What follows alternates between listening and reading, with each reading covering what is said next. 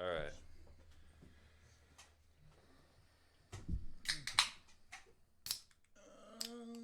I guess it's settled enough. We're good. Oh, it's settled enough. Oh, look at you can definitely tell. Like mine got fucked. Oh, yours Yeah. got fucked too. They both fell out of the truck.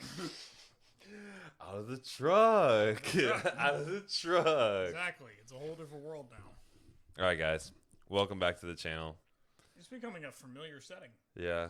As I said earlier this week, we apologize for missing the video, but we said we would make it up to you, and we were going to do something a little bit different, and this is that little bit different. So I figured when I posted the axle video, I realized that there was a massive gap between this is the engine in the car. Oh yeah, all of a sudden it's on the fucking dyno. And part of that's on me.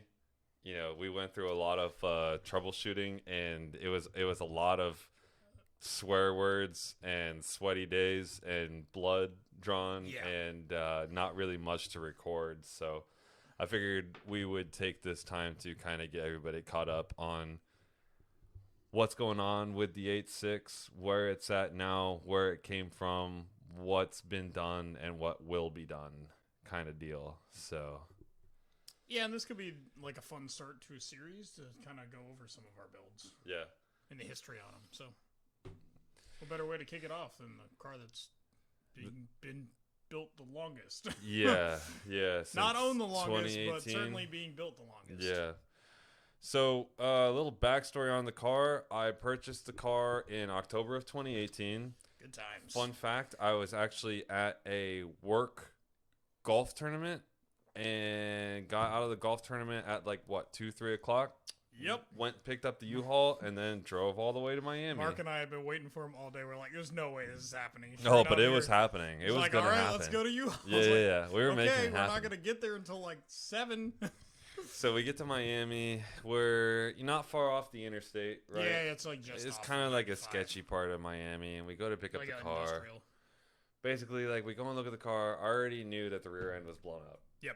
I already knew that it didn't drive, but it was a good deal-ish. You know, as good as deals on 8.6s are. It was $2,000 and the engine ran. So. Yeah. So literally, we right got up. there. He fired it up, and I was like, "Yep, we're getting it." And then it was an absolute nightmare to get it loaded onto the trailer. Absolute nightmare. Every tire was flat. Every single tire was flat. The front bumper was too low to roll up on the U-Haul. Yep. The car wouldn't roll for shit. No. Yeah, so that was a nightmare. I had literally the day before, I don't know why, I never do this, but I took my tools out of my truck, and I had no tools there. So we had to remove the front bumper with a pair of pliers. Yeah, the guy had like a bag of tools, just like a random a assortment completely of stuff. useless assortment of tools. Yeah. Well, I mean, it got the job done technically. Yeah, technically, yeah. After I cut all the wires for the blinkers and broke some clips to get the bumper off.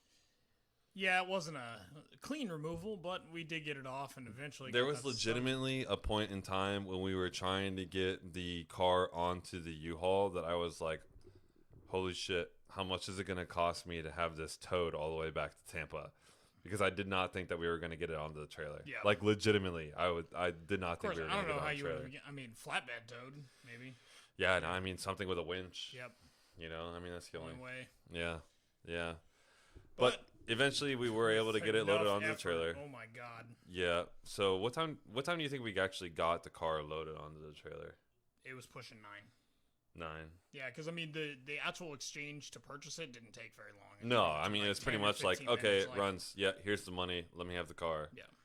So we got the car loaded up. Yep, and then the guy drove away on his scooter while carrying a floor jack. Yes. Yeah, because there was a jack in the back of the 8.6 and he wanted it. So that was fun.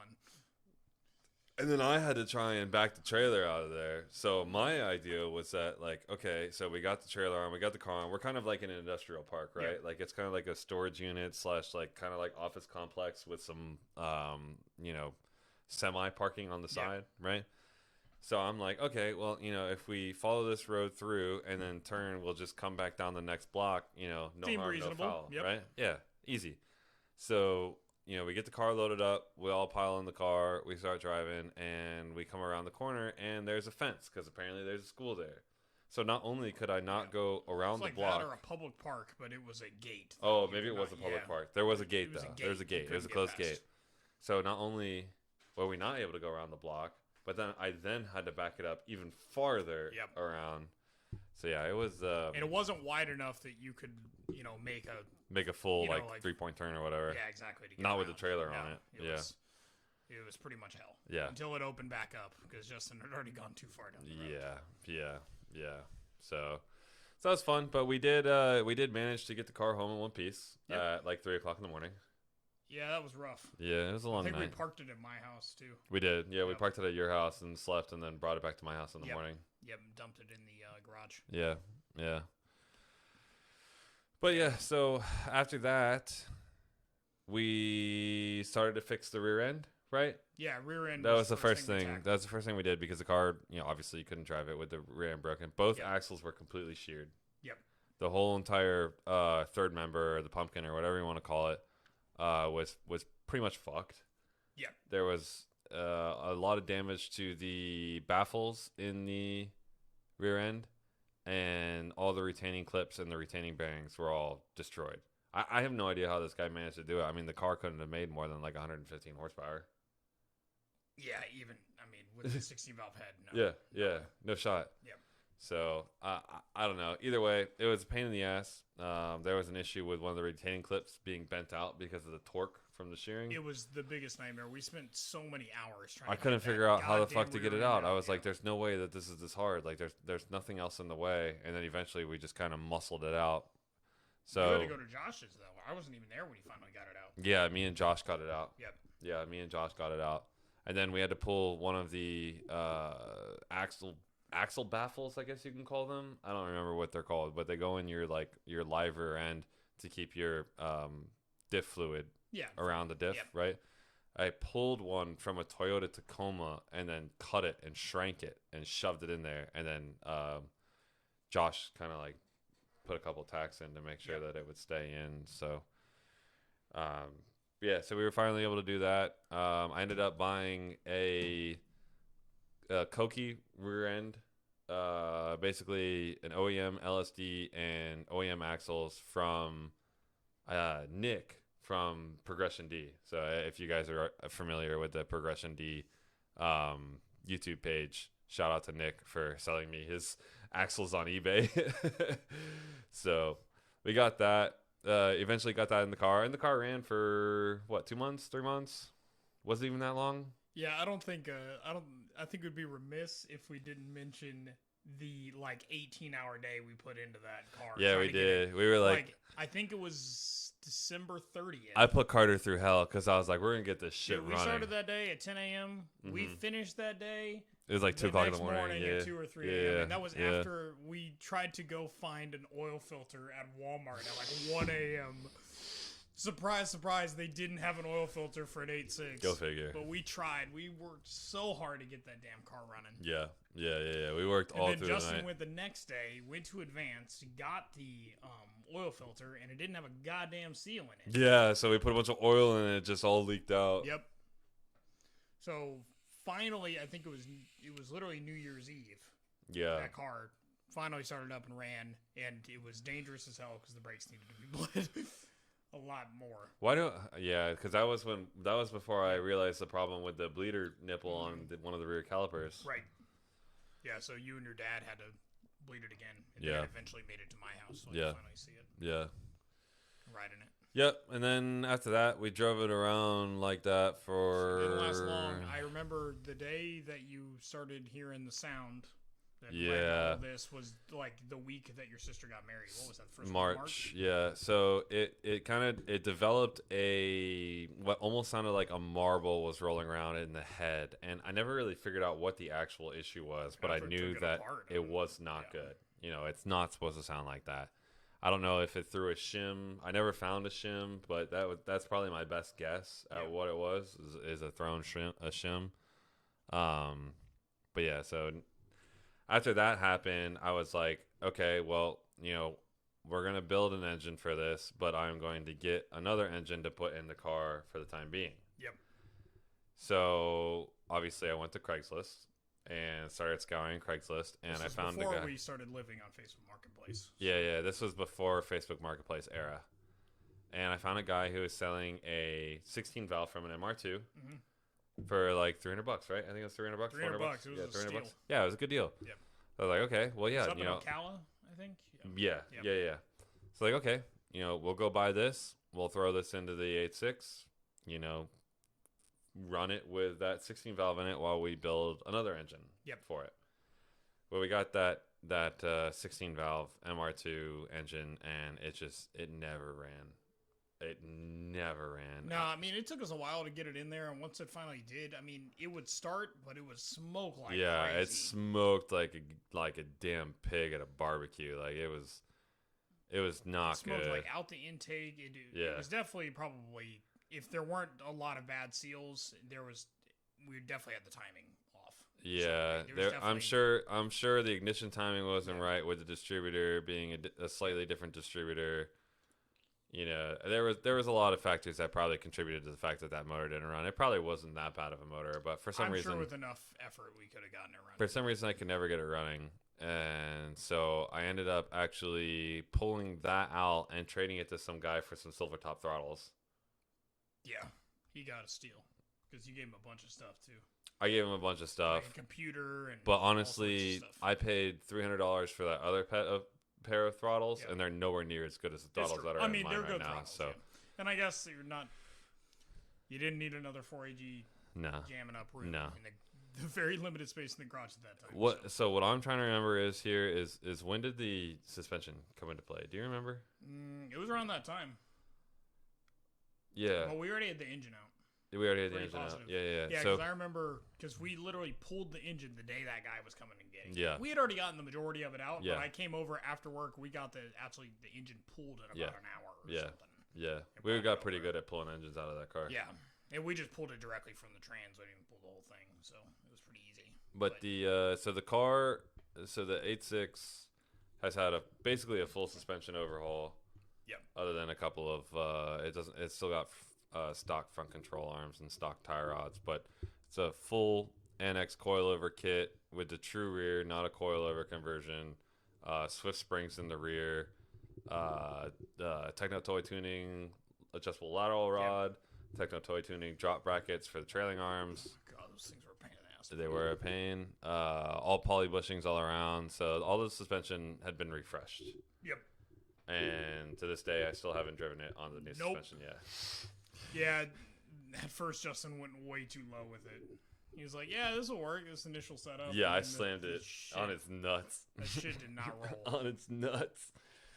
I mean, really, in the grand scheme of things, it wasn't that low, but it wouldn't roll. Yeah.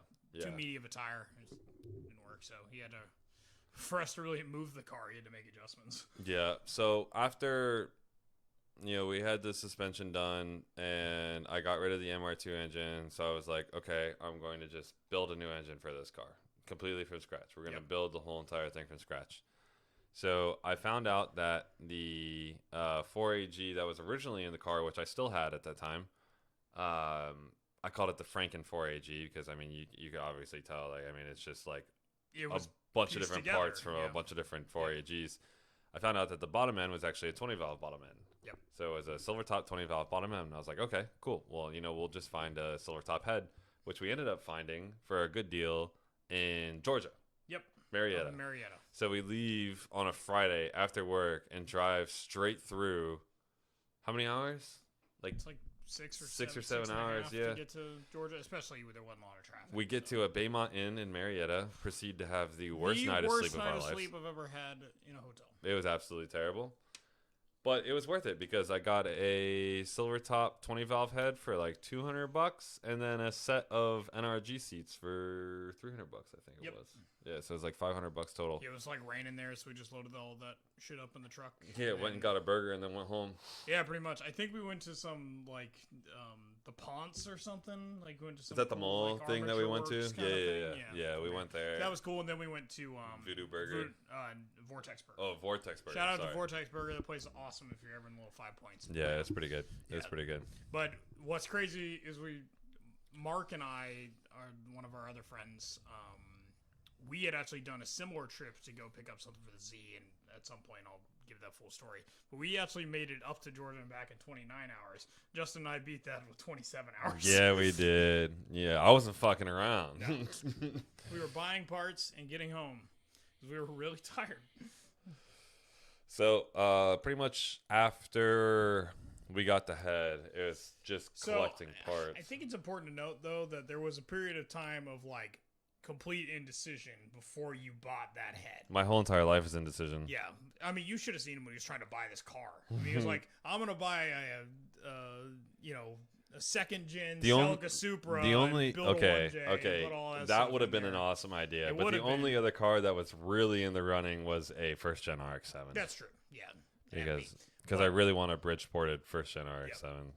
But the main indecision, at least once he got this, was whether or not to put a beams in it or to build the 20 valve. Yeah, I did. I went back and forth on the beams a lot because honestly, like, beams is the best bang for your buck. Mm-hmm. Beams, I mean, 200 horsepower. $3,000 for the swap all day, every day. No big deal. 200 horsepower right out the box. But there were a couple things that the beams did not have that I wanted. And one of those was the sound. Obviously, nothing beats the sound of a 4AG with open throttles. Nothing beats the sound. I mean, it sounds incredible. And the other thing is I didn't want to sacrifice the suspension geometry. Yep. Like, everybody says that it's not that big of a deal. But, I mean, the whole entire, like, thing behind the 8.6 is that it's balance, right? Yep. Like, the suspension, the way the suspension's bad. Rear axle car. Yeah, absolutely. And I really did not want to sacrifice that. So I was like, okay, I'm going to build a Silvertop. And I think originally the Silvertop build was not as aggressive as it is now. No, absolutely not. The plan was never for it to be as aggressive. Once you started buying parts, it's just, escalated. Yeah, it escalated. It was a large case of while I'm in there kind of deal. Yeah, it was build the entire engine. Yeah. So after we got the head from the guy in Georgia, which I apologize, I can't remember your name, but you were a cool dude. I appreciate you. I'm friends with you on Facebook, so shout out. So basically after that, just started to collect some parts. Yeah, it was like the summer of buying parts at that point. Yeah, pretty much. I had like a giant pile of parts in my apartment for a long time. Yep. Long time.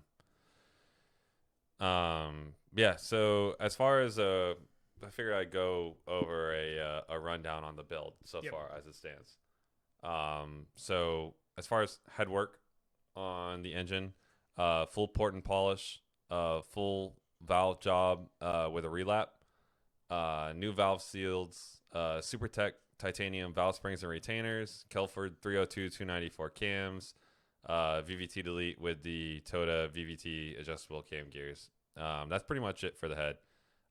Which actually that's pretty extensive. It is, the only thing that I could have done more was to go with oversized valve, but being a 5-valve head, it just doesn't make sense. No. There's no point in doing that. So many valves. And then it was on to the block. So the block is bored 0.5 mil over, JE 12.5 to 1 compression ratio pistons. The block was decked, BC rods, crank was polished, ACL main and rod bearings, ARP head studs, ARP rod bolts, 4G63 ARP main bolts, and that is actually because of the MRP crank girdle. The standard 4AG main bolts were not long enough, so I had to use the 4G63 main bolts.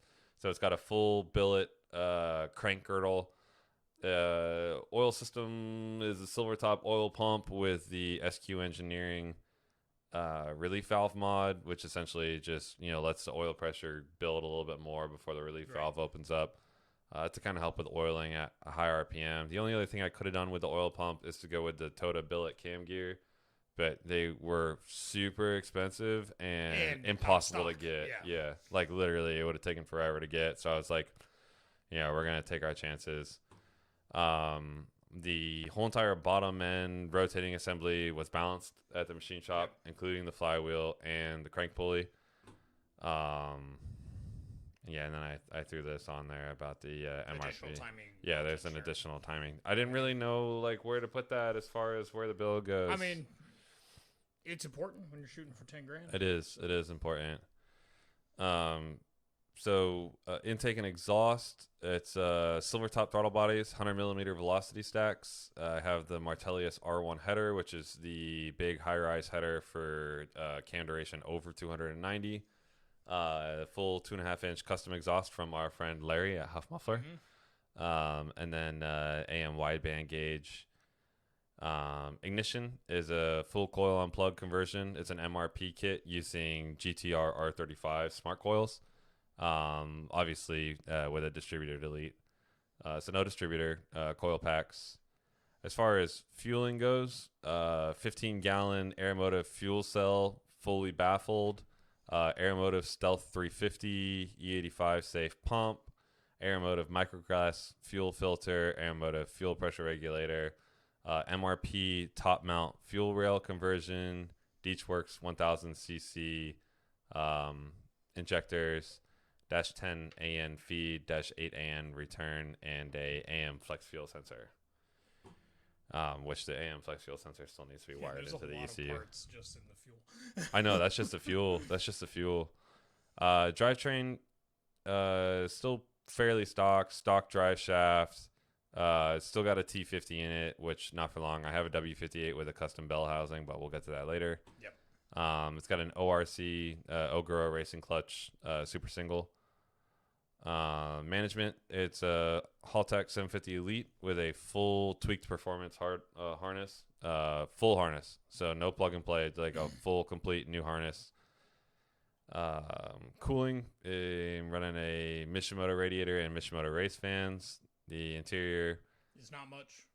There is not much in the interior. There are seats. There's 2 NRG seats with T3 Techno Toy Tuning seat rails, Bridgemoto steering wheel, D&D quick release, AM wideband, AM oil pressure, odometer temp gauge, and odometer 11,000 RPM tach, which is necessary. Yep.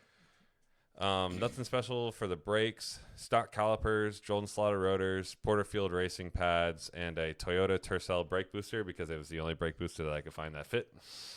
Specifically at the junkyard. Specifically at the junkyard. Z stuff. So the rear end, it's still got the OEM LSD. It does have the Weir 477 final drive, as well as I recently installed, if you have been following on the channel, I recently installed the new Panic Made axles. So I'm hoping those are going to be a little bit stronger than the stock Koki axles. Yep. I can't imagine. It's got to be some sort of improvement, if nothing else. Wheels and tires, running Rhoda RKRs. I know the reps. I know.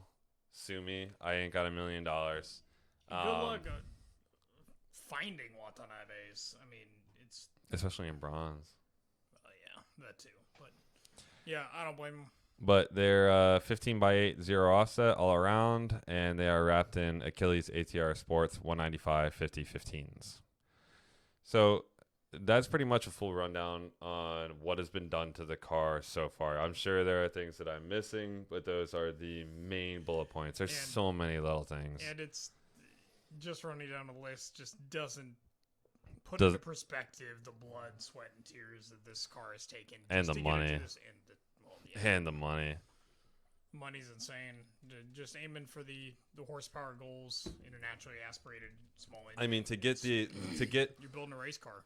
My initial goal was to build a 20-valve 4AG that would make the power that a Beams would. Yep. So then I would spend more money, but I would have the best of both worlds. Yes. I would have the chassis balance and the sound of the 4AG with the power of the Beams. Now, obviously, I'm not going to get as much torque because it's a 2-liter. Yeah.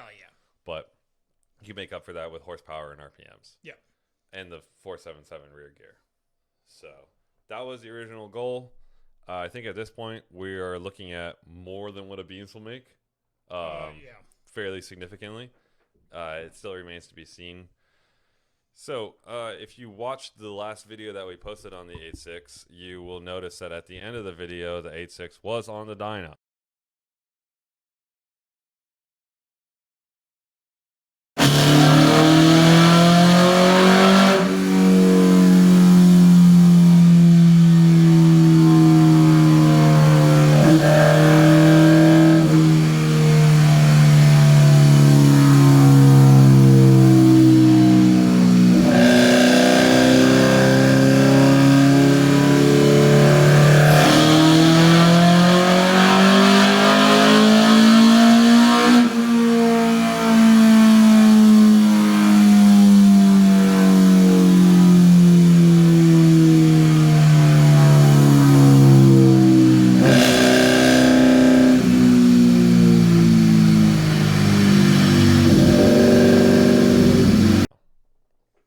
it to the dyno the week before Christmas. I think it was like the Thursday before Christmas, right? It was like the week of Christmas. Yeah. It was right. It was the 23rd. Okay. December 23rd. So yeah, so we had the car on the dyno, and it wasn't a complete failure. No, I mean it was. It definitely did not start off very well. Like, no, it had did some not. Bad omens. It did not. Couldn't get the goddamn who uses oil drain plug who out. uses a hex like Allen key for the drain plug? I have a brand new stock style, I guess it's not actually stock, oil pan from Flows, whatever. The guys in Ireland, Yep. awesome dudes, awesome prices, awesome shipping. Yeah. Highly recommend them. But their oil But pan, drain plug. yeah, it's got like an Allen key, and the worst part is it's an SAE Allen key. Coming Why from would it be an Ireland SAE for Allen a key? Japanese car? Why? Yeah. Yeah. Doesn't make any sense. It was a nightmare. You know, I called Martin. Some of you guys might know him as RS Enthalpy. He's a pretty well-known guy, especially big with Nissan like tuner. big Nissan tuner. Pretty well-known in the area. He was actually tuning the car. I called him on my way over there, and I was like, "Hey, you know, I'm running late.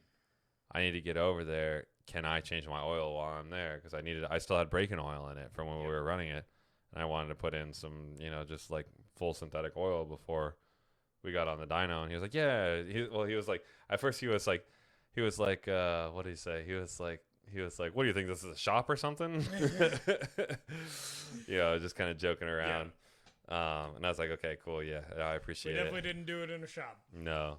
On the So back of a U-Haul trailer. that was a pain, and I felt bad because I could tell like after a while he started to get frustrated. Like I felt terrible. I was like, "This is absolutely ridiculous. Like this is the most unprofessional thing that's ever happened to me." Like we get there and I can't even change my goddamn oil. You know, like I was so mad. I was so upset. I was so mad. So mad. The whole plan was to like try to film as much as possible. I didn't film a damn thing. No. I didn't. I mean, we That got some one clips clip that on we the got, camera. yeah. I didn't film anything. It's just like bad vibes right from the start. Yeah. So, luckily the car didn't blow up. Nope. But we were having a pretty big issue with, for whatever reason, the ECU was losing the home trigger signal, and I don't know if it's feedback in the ECU. I don't know if it has to do with running a Gen 2 trigger on a Gen 1 20 valve. So basically I have a Blacktop trigger setup in a silver top 20 valve, which normally wouldn't be a big deal because I'm running aftermarket management. So you just set it correctly. But for whatever reason, it was not working. We were getting massive amounts of feedback. Basically, whenever it was like going above 6,000 RPMs, right? Yeah, I mean, it would consistently rev to 4,500 RPMs, and then after that, it was a crapshoot on whether it was going to break up, and then at 6,000, it would just die. Yep. You know, it's just completely done. It would start to backfire out everywhere. Yeah, it was backfiring out the throttles. Yeah. Which seems cool, but it's not cool. No, you don't want that. You don't want that. So, needless to say, out the wrong end. After a couple of pulls, we called it quits. Yep. And that's pretty much where we're at now. The car has not really been touched much since the dyno because we've been so focused on getting the Celica ready for the race. You know, we're coming down on 5 weeks or so now. Yeah. So it's really been, a push to get the Celica ready. So unfortunately, the 8.6 is kind of taking the back burner. I do have pretty much all the parts I need to finish it up. I just haven't really had the time to do that. Yep. So what still needs to be done to the 8.6? So I have a new trigger kit, basically an aftermarket crank trigger kit. I have a racing harmonic dampener to go with the trigger kit because we're going to be running it as an external trigger, also like on the end of the harmonic dampener. I have a new steel winged and baffled oil pan from MRP that will be going in. I have a 1 quart AccuSump and electronic valve to help with oiling. I also have like a bomber bar and a bumper. Yeah, that'll be fun to install. Yeah, because it's got a little bit of front end damage, so we gotta pull the front end out a little bit. Yep. Other than that, it's, little stuff, wiring the flex fuel sensor, pulling the coil pack ground out of the ECU ground and running it to a chassis ground to make sure we're not getting any feedback there. Better secure the fuel cell, oil cooler, and then, after that, it's back to the 9.0 to get her tuned again. So that's pretty much the rundown on the car. There's been a lot of blood, sweat, and tears and money into this one. Yeah, and of course it always takes way longer than you ever expected to. So when did we pull the first engine? April? Whatever, just after your sister got married. So it would have been April of 2019. Yep. Yeah. Or late March of 2019. Yep. So we're going on 2 years. Yep. Now, granted, we had another engine in there for a little bit. Yeah, but never ran. Never ran. And there was a lot of complications with getting the engine built. So the one thing was, because the build ended up progressing to the point where it was so aggressive, one of the things that I wanted to make sure that I did is that I had the engine built professionally. Or at least what I thought was professionally. Hasn't broken yet. It hasn't broken yet. It took way forever. Too long. It took way longer than it should have. I mean, it took how long was that? 10 months at the machine shop? Probably. You dropped it off in October? Got it back. It had to have been a year. May? No, it wasn't quite that. I think it was about May. Oh, you're right.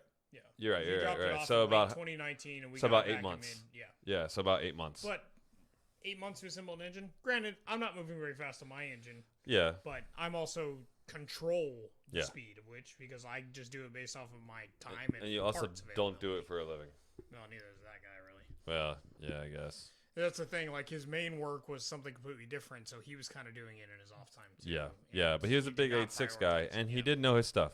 Yeah, he did know his stuff. It just unfortunately took too long for a service that was already paid for. Yeah.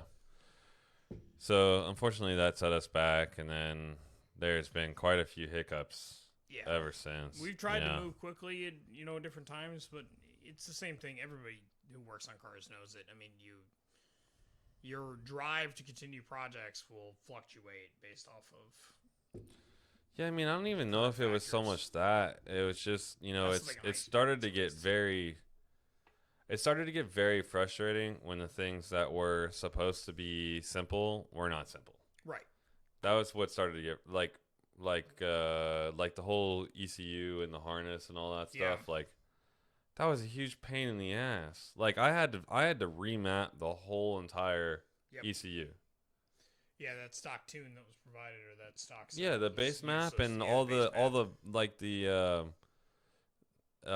actual like sensor map and whatnot, like what everything was actually communicating with. I mean, most of it was wrong. I had to go through and redo all of that, which was just a huge pain. And then I thought I fried my ECU because I had low impedance injectors running on a high impedance injector setting, so that was a whole big deal. And then it's just one thing after another, and it's honestly why there hasn't really been much content on it, was because it's really just been a struggle. Yep. Realistically, like, it's just been like, I don't want to put out a video, and I know you guys don't want to watch a video about me cursing at a fucking wire connector for 30 minutes, like, or trying to that's just cut down to video length. Sitting there on the computer trying to, remap everything and recalibrate everything. It's just, so honestly, none of that really got put into video, which is kind of regrettable to a certain extent, but it is what it is. Yeah. So we will be picking back up with it here pretty soon. As soon as the Celica is in a situation where it's drivable again. Yep. So and we're working to finish the assembly of my engine. So. Yep. Yeah. It's been it'll be an amazing car when it finally runs. We've just had to.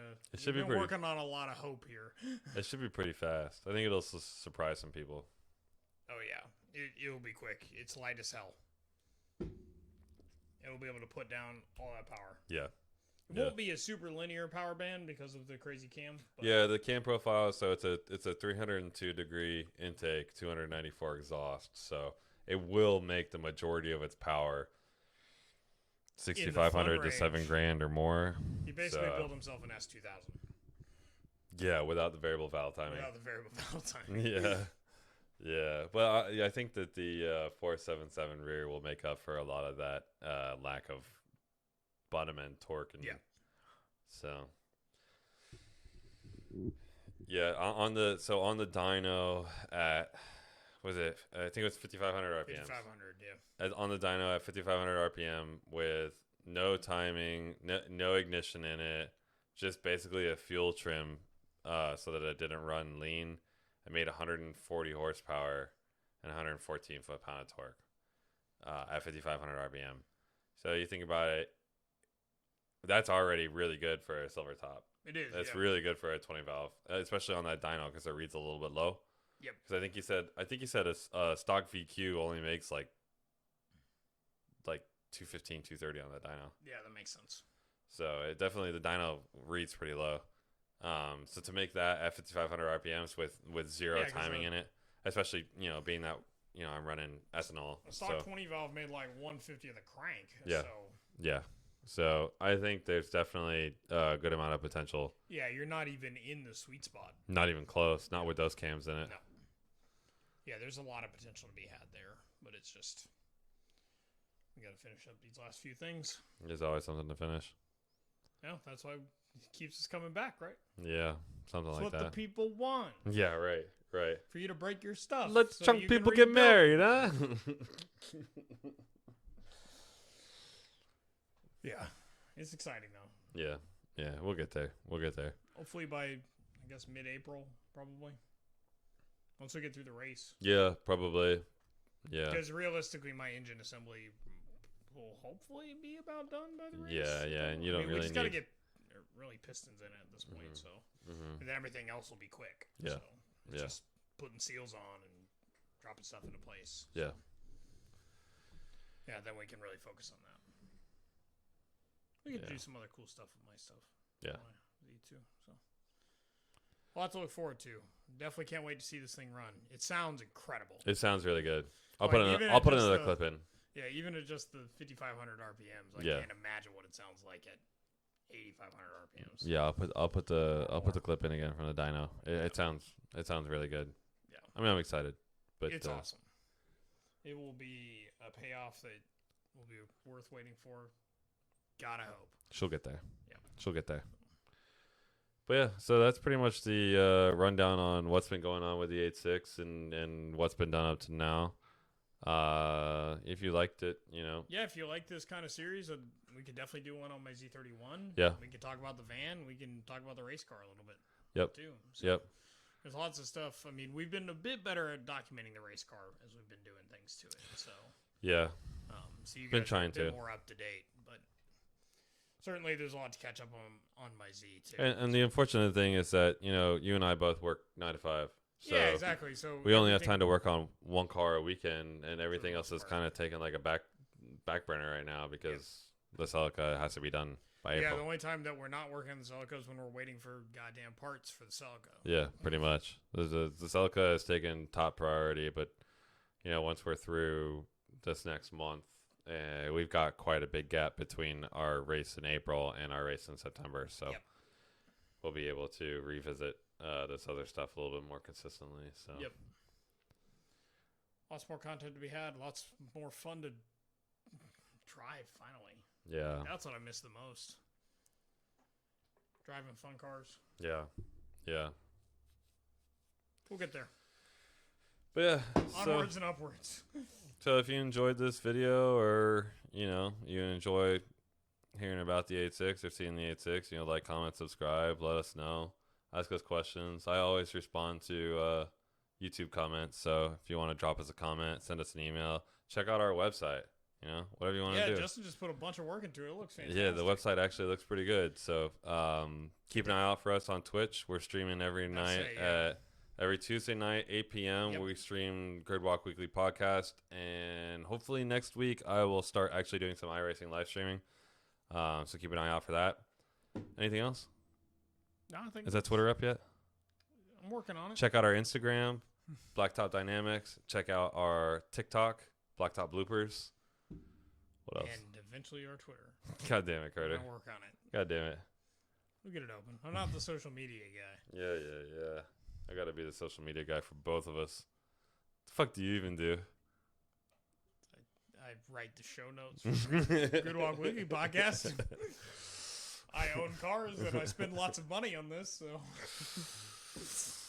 All right, guys. We appreciate it. Like, comment, subscribe. Stay tuned for more.